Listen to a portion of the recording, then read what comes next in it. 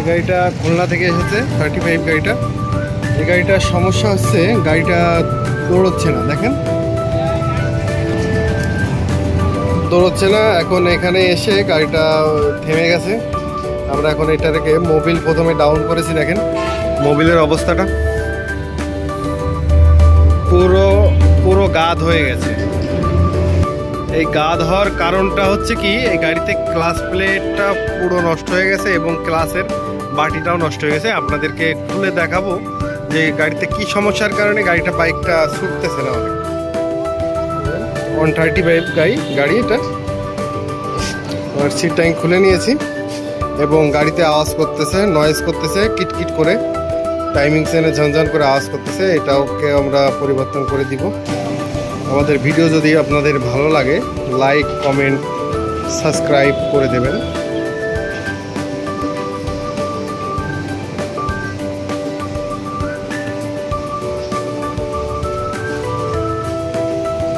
এই দেখেন, এই যে আমরা ক্লাস বক্সের ভিতরে একটু কাজ করে নিয়ে এসেছি। এখানে গ্রুপ হয়েছিল, সেখানে কাজ করে দিছি। এবং এদিকে হাফ সেন্টার বাটি, ওর ভিতরে ক্লাস প্লেট যার ভিতরে থাকে পুরোপুরি এটা এত পরিমাণে খেয়েছে, মানে গ্রুপ হয়ে গেছে একটা, দেখেন পুরো গ্রুপ হয়ে গেছে। মানে এটার ভিতরে ক্লাস প্লেট লাগাইলে মোবিল তো ঘোলা হয়ে যাচ্ছে। প্রথমে আপনাদের মোবিল দেখাইছিলাম ঘোলা হয়ে গেছে কীরকম।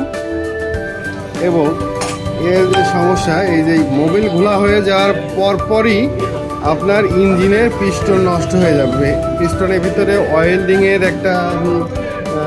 ওয়েল্ডিংয়ের একটা জায়গা আছে। ওইখানে যখন অয়েলটা এই ময়লাটা যখন ওই রিং পিস্টনটাকে আটকে দেয়, তখনই আপনার গাড়িতে মোবিল খাওয়া শুরু হবে এবং সাদা ধোঁয়া মারবে। আমরা এটাকে তো পরিবর্তন না করে আমরা এটার মতো করে আরেকটাকে কাজ করিয়ে নিয়ে আসলাম লেদের থেকে। দেখেন এখানে রিপিট করে, ওই সাইড দিয়ে রিপিট করে এখানে লোহার পাতি মেরে দিছি, যাতে এটা আর কখনো না ক্ষয় হয়।